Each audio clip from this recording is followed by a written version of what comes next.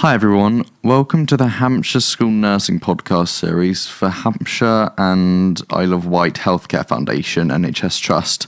My name is Noah and I will be chatting to some school nurses about the work they do and how they can support us in keeping safe in the community over the summer.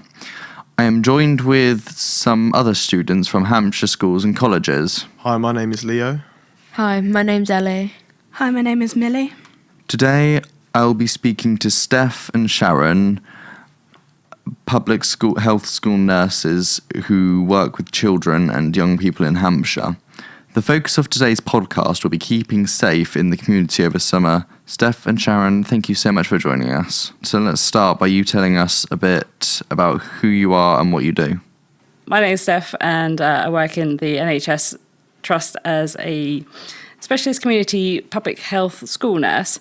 So the work I focus on is making sure that children and young people grow up to be happy and healthy adults. Hi, I'm Sharon, and I'm also a specialist community public health nurse for Hampshire and Isle of Wight NHS Trust. And like Steph, I also work with children and young people to help them grow up to be happy, healthy adults. I work in a team that helps with all sorts of things, from emotional health and living a healthy lifestyle and all the things that can help this. So if you have a problem and you're aged between 5 and 19, you're more than welcome to get in touch with your local public health school nurse and we'll do our best to help you. Thank you, that's really interesting. I'll put how to get in touch in the show notes, so check that out.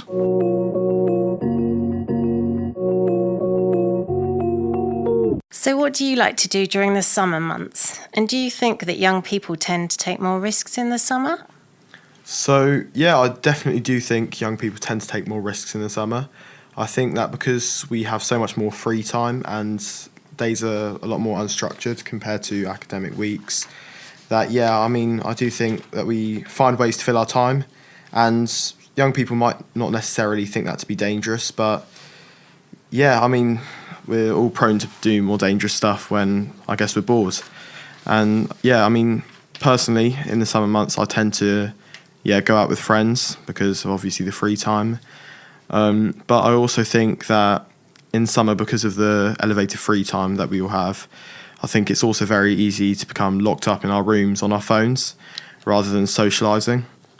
That's a really good point, actually.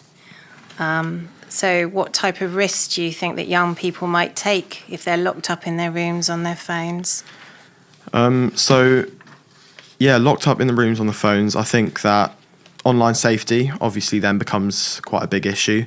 So I think all the typical things that we're taught in schools, like not giving out your address and personal information, I think that when you've had time away from school, that can sort of float out of the head a bit.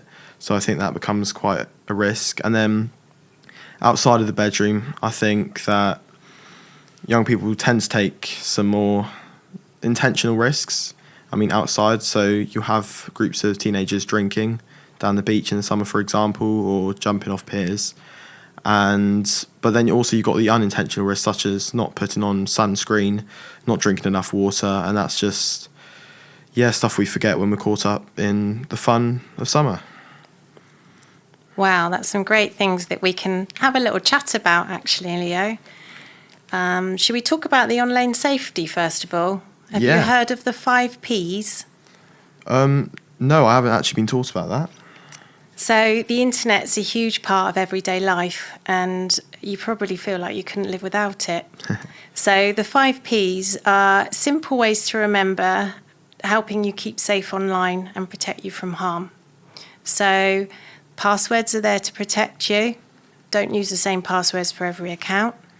Privacy settings are really important. Use them on your social media and apps, and so that way you can control who sees what information that you're posting, and also about your location.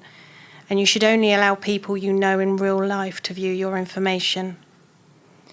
Personal information, make sure that you don't give any personal information like your name, your email, your phone number, the address, or even the name of the school or people that you know.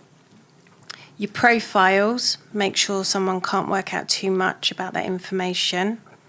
And padlock. A padlock symbol in the browser means a website's secure. So before you enter private information like payment or address details, make sure it's there. If it's not, just don't use the site. Well, thank you very much, Sharon. I mean, I've actually forgotten quite a lot of that information from when I was taught it in Faraway's primary school now. So, yeah, thank you. So, Ellie, are you planning on going to the beach anytime this summer if we get Yeah. some good weather? Yeah, probably. Yeah? Are you a cold water swimmer? Not exactly. I do prefer warmer water. Yeah, you're a pool girl more than a beach girl. Yeah. That's fair. We really have to be really careful about being in the water, though, don't we? From not just in the pool, but also obviously in the sea as well. Yeah, because there could be like sharp objects under the water that you can't see. Yeah, absolutely. And I mean, they say there's about 400 people drown in the UK, which is just, wild, really, when you think about it. But I guess we are an island, so we need to be careful of our water safety and be careful of what we do in the water. And the majority of the deaths, unfortunately, do occur during the summer holidays. Sort of between June, July and August. So we need to make sure that even if we are a strong swimmer or, if we're just learning to swim, we just need to know that there's the dangers of the water even when we're entering any type of water. So even in the pool, we need to be careful of that. Yeah, I definitely agree. So I think it's really important that we remember that we only swim in areas where there's lifeguards, such as obviously the swimming pool, and there's beaches as well. Have you seen those flags when you go to the beach and they say that you can swim in certain areas but not past the flags? Yeah, I've definitely seen them around because there's also some flags for like the surfers. Yeah. Where they can surf and then where you can just like have fun and swim. Absolutely, and that's another thing as well. We have to be really careful about who else is using the water, like jet skis and things like that. So there's lots of other things as well that we need to be careful of. That it's not necessarily things that we don't really think about. Like there's cold water shock, which is like hypothermia.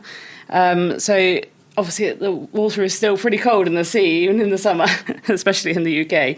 So we need to make sure that we take good care of swimming in the water when it's cold.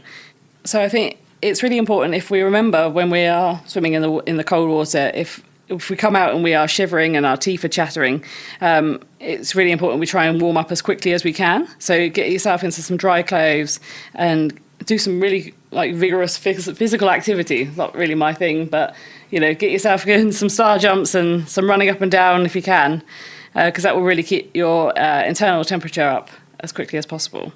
Yeah, my parents have always taught me if you can't see what's at the bottom of the water, if you're not a strong swimmer, don't go in. Absolutely, and there's riptides and things as well, which can be really dangerous. You can't see them from above the water, but there's a current that's swimming underneath the water. It can pull you in, and that can be really dangerous too. So definitely really be careful with the open water. I've seen so many people cliff diving and tombstoning, like off bridges and off cliffs that look really jaggedy at the edges of them. Yeah, it's so dangerous to jump off of into water which you don't know the depth of it, and like you say, there could be obstacles and things like hazards underneath, like rocks, branches, even seaweed can be pretty dense in some places, and that's really difficult. Really difficult to get yourself in, and then you can find yourself in big trouble. So I think look out for any no diving and no swimming signs, especially obviously in the swimming pool, but also make sure you keep an eye. Sometimes there's signs out saying just don't jump from these places. I definitely think keep those structured activities when it comes to jumping off of things. I think it's just don't do it. I think that's the takeaway there.